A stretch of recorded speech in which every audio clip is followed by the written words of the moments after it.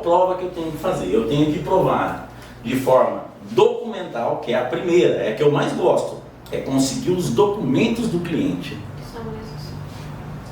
Que são esses aqui e outros que você conseguir. Então, esses são os que eu mais gosto. Por que eu gosto desse aqui? E não muito da prova testemunhal? Porque a testemunha, ela pode falhar. Ela pode chegar no dia, não consegue ir, tem algum imprevisto. Ela pode ir, chegar no dia, não conseguir falar aquilo que realmente aconteceu, por uma questão de nervosismo, por uma questão de, às vezes, não se sentir confortável perante uma audiência, perante um juiz, perante vários advogados numa sala. Então, muita coisa pode acontecer.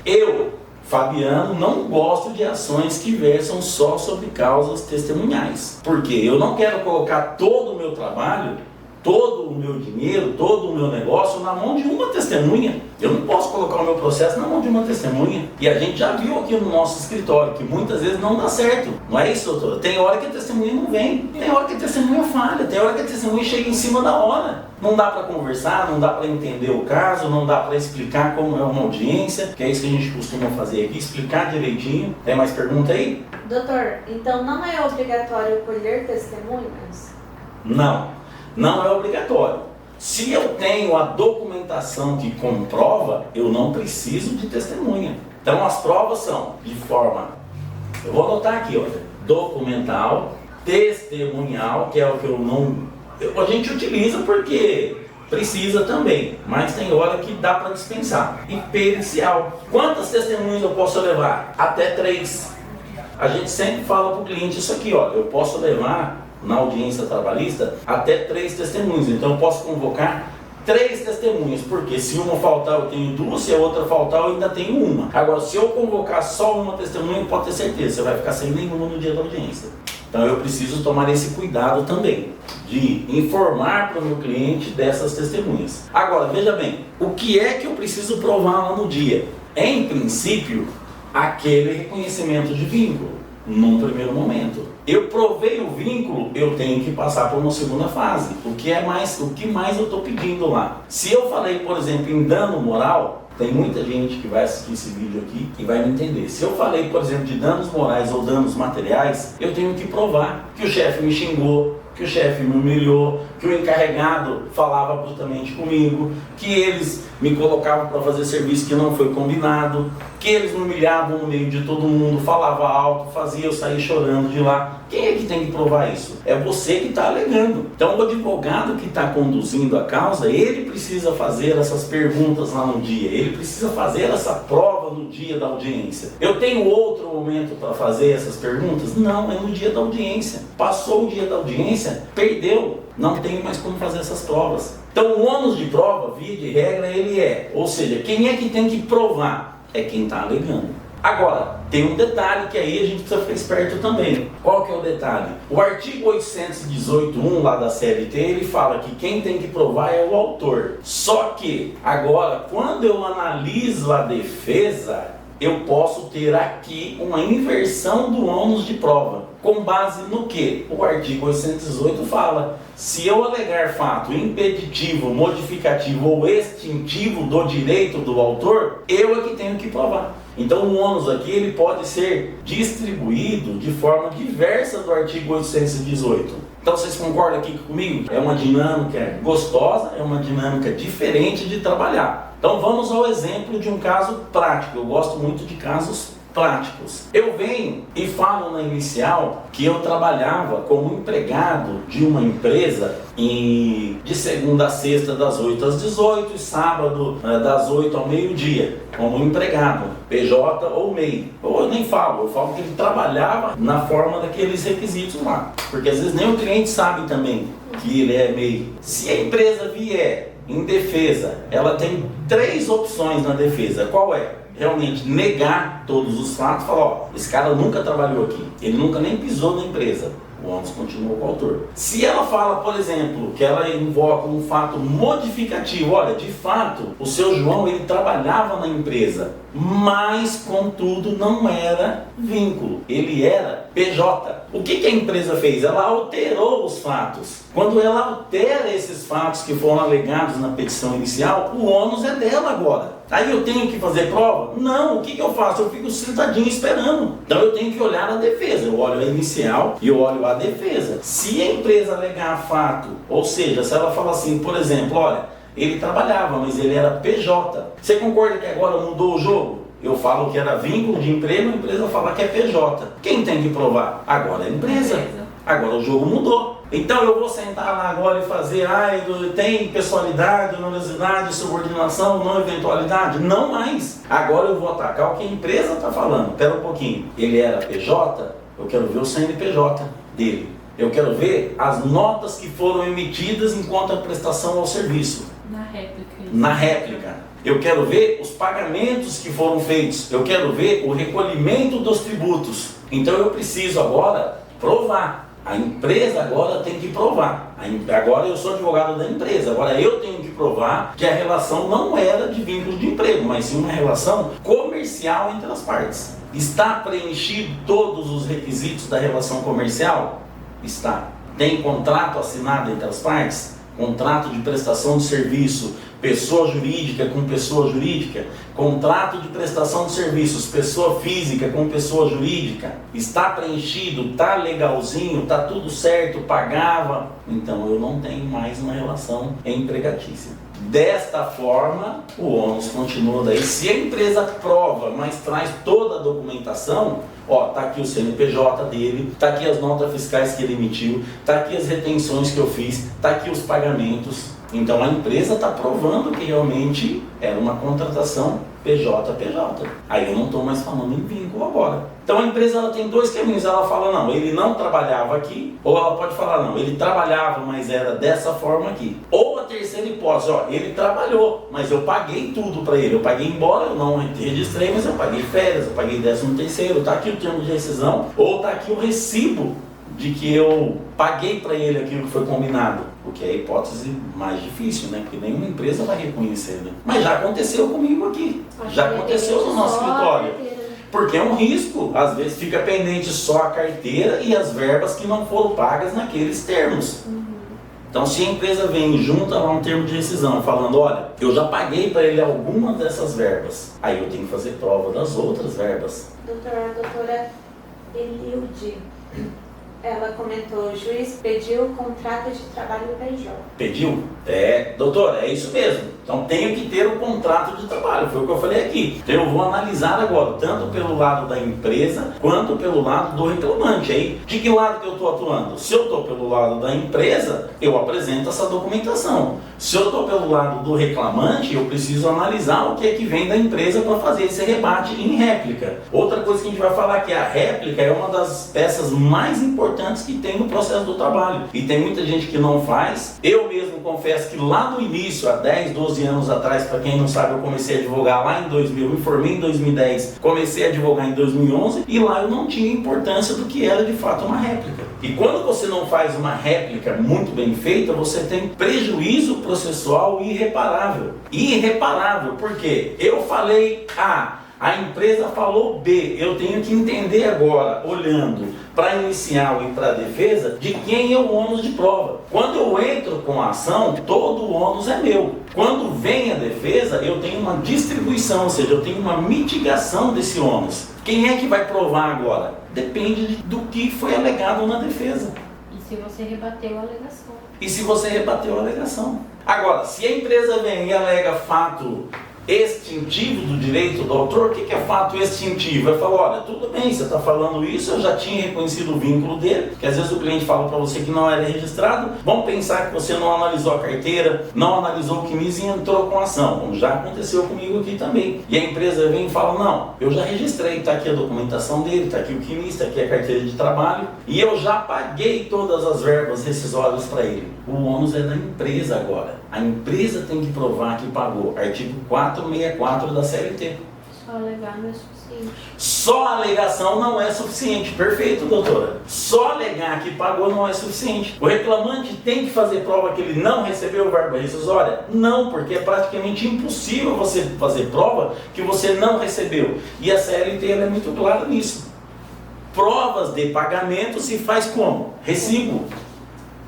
Por exemplo, nos casos que eles alegam que já pagaram o termo de rescisão, junto o termo de rescisão, mas não junto o recibo desse pagamento. O termo de rescisão não é prova. O termo de rescisão é um documento que formaliza o término da rescisão do contrato de trabalho. Ele formaliza o término, mas não quer dizer que pagou. Então, se eu tenho um termo de rescisão dizendo que o reclamante recebeu 10 mil reais, eu tenho que juntar. E aí eu falo para você, que é advogado de empresa, você tem que juntar o termo de rescisão e tem que juntar o comprovante de pagamento na conta do reclamante. Senão você vai ter que pagar de novo, meu amigo.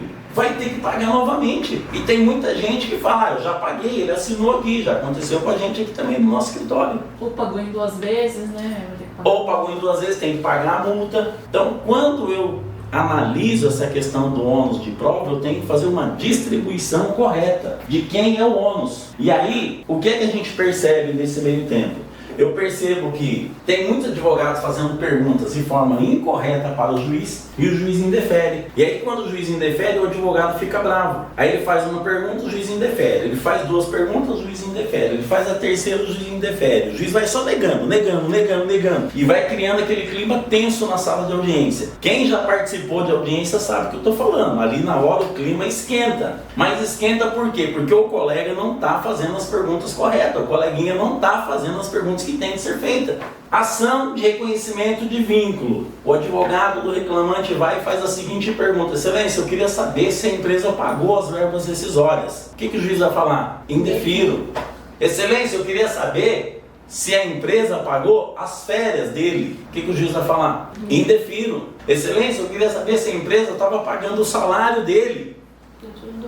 Indefiro. Excelência, a empresa pagou o FGTS, o juiz vai falar, doutor, indefiro, mais alguma? Acabou o jogo para ele, game over. Está fazendo as perguntas erradas. Eu tenho que saber qual pergunta eu faço para provar o vínculo. Se eu provo o vínculo, aquilo é uma consequência do vínculo. Lembra que eu falei no início da nossa live aqui? Eu provo o vínculo provando onerosidade, subordinação, não eventualidade e pessoalidade. É isso que eu tenho que provar. Isso aqui eu não preciso me preocupar. Isso aqui que está na outra página, né? Vou voltar aqui, porque esse é o tema central da nossa aula. Se eu provo isso aqui, tudo isso já vem automaticamente. Agora, aquilo que eu tenho que fazer provas, que em tese não é como prova documental, eu tenho que continuar atento a fazer a minha prova. Dando moral, eu tenho que fazer prova, o autor. Dando material, eu tenho que fazer prova, o autor. Insalubridade, eu tenho que fazer prova. Se eu não peço a perícia na empresa, que eu falei aqui de prova documental, se a gente não pede a perícia, como é que eu vou provar? Que ele trabalhava lá exposto a agente químico, físico, biológico, ruído, calor,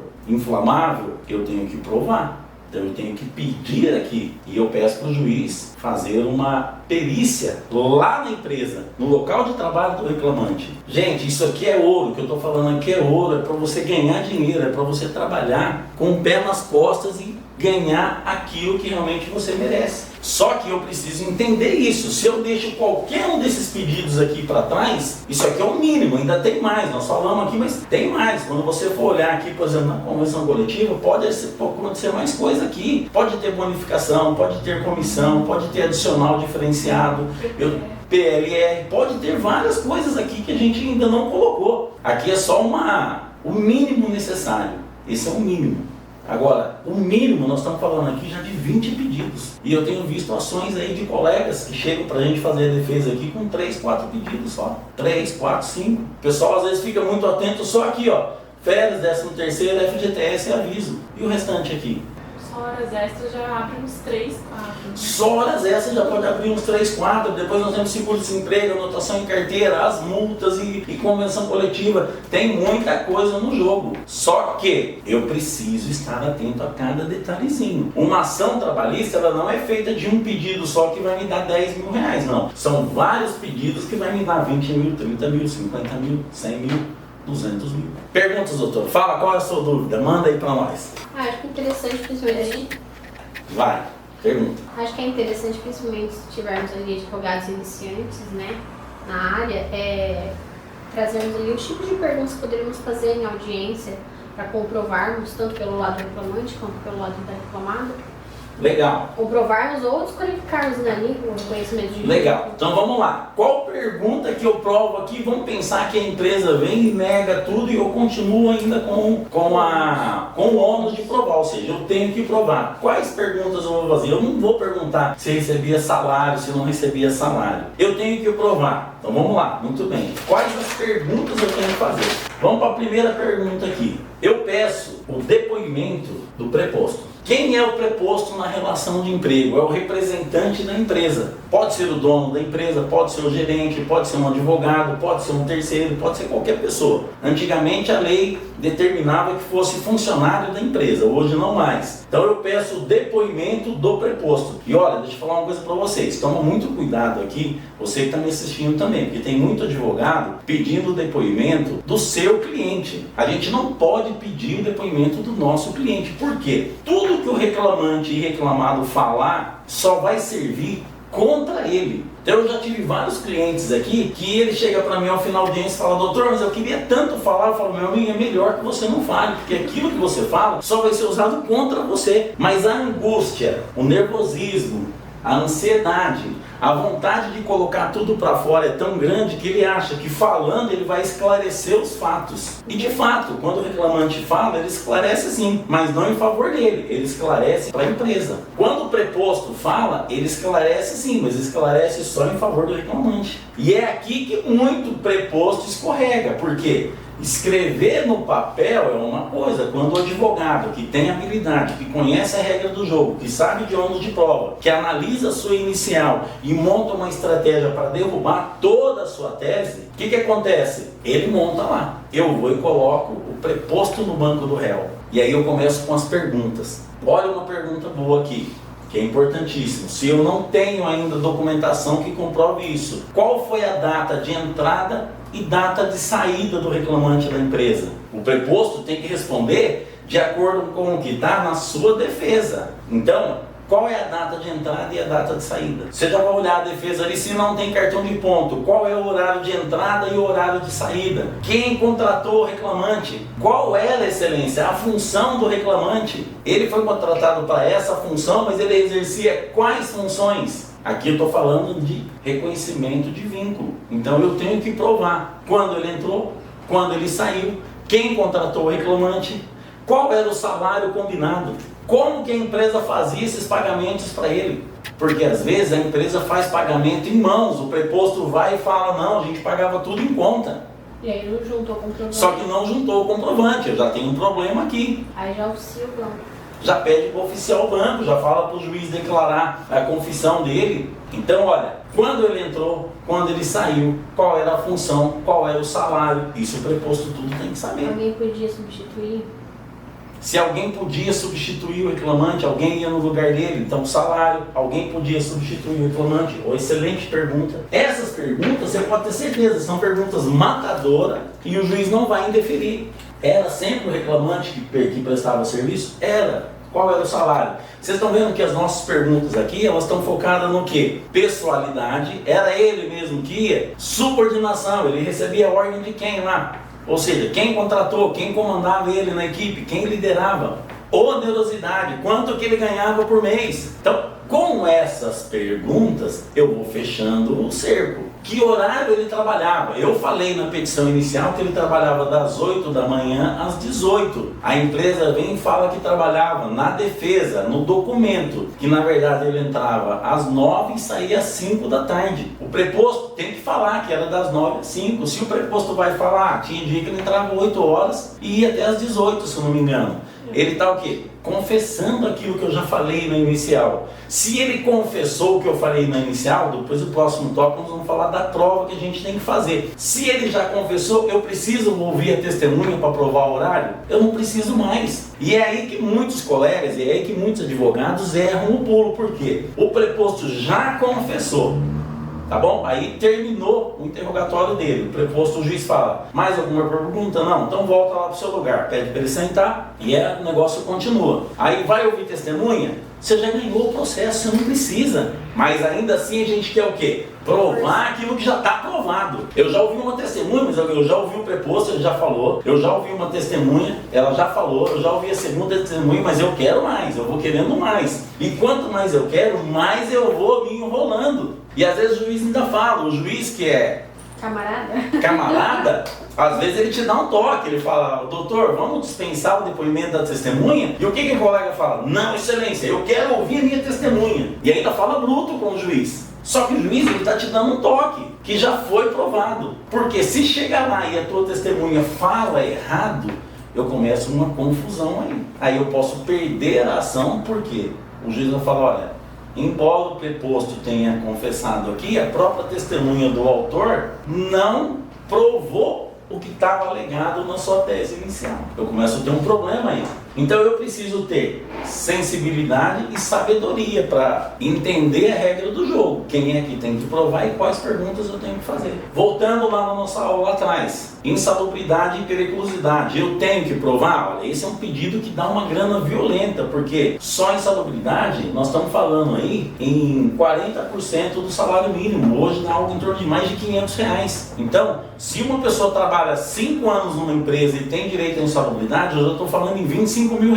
Um pedido. Como que eu faço prova? Eu vou perguntar daí pro preposto: viu, lá o local de trabalho era insalubre? Não, não é assim. E eu já vi advogado fazendo essa pergunta. Então, se você faz a pergunta incorreta, o juiz vai indeferir. Eu preciso entender o que é que eu tenho que provar, com quais provas jogar, ou seja, a prova seria a arma, qual arma eu vou jogar e as perguntas certas que eu tenho que fazer. Ouvi o preposto e o preposto da empresa já falou tudo que eu precisava. Excelência, eu não tenho mais provas a produzir, porque o preposto já confessou tudo que estava na inicial. Para mim, já podemos encerrar. E aí o juiz vai falar para a empresa se ela tem testemunha, ou o advogado vai falar: não, eu tenho testemunha. O juiz vai falar: doutor, ele já confessou tudo que estava aqui. E às vezes confessa, sem saber, sem maldade, sem conhecimento, sem uma estratégia clara. Às vezes acaba confessando. Doutor, eu não sei se vai fugir um pouquinho do nosso tema de hoje, mas aí como a gente colocou nos pedidos ali insalubridade e periculosidade, me veio uma coisa que tem acontecido com frequência.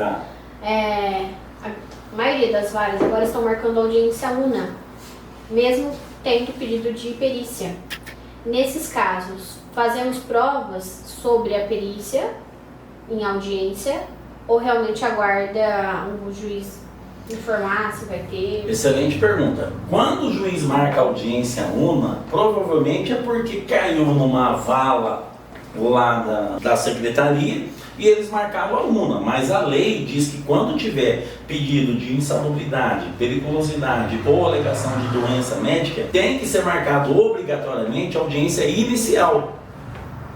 E quando sai o despacho, lá quando eu protocolo a ação, que sai esse despacho, eu tenho que embargar, eu tenho que fazer um balcão virtual. Eu não posso deixar para o dia da audiência. Mas vamos pensar que eu não me atentei. Chegou no dia da audiência, eu tenho que falar para o juiz isso, eu tenho que fazer um requerimento. Excelência, embora essa audiência hoje tenha sido marcada una, mas nós temos provas a produzir de forma pericial. É inegável que o juiz vai remarcar. Mas tem ainda alguns juízes que não querem, eu falo. E aí, qual é a tese agora? Agora eu preciso analisar o que é que está na defesa. Se a defesa fala, por exemplo, que o reclamante não trabalhou naquele setor, eu tenho um problema. Agora, se a empresa fala: não, ele trabalhava, aí eu tenho que analisar a contestação agora, para rebater em réplica. Se a empresa vem e fala na defesa: olha, esse cara, ele trabalhava no escritório, ele nunca pisou no chão de fábrica.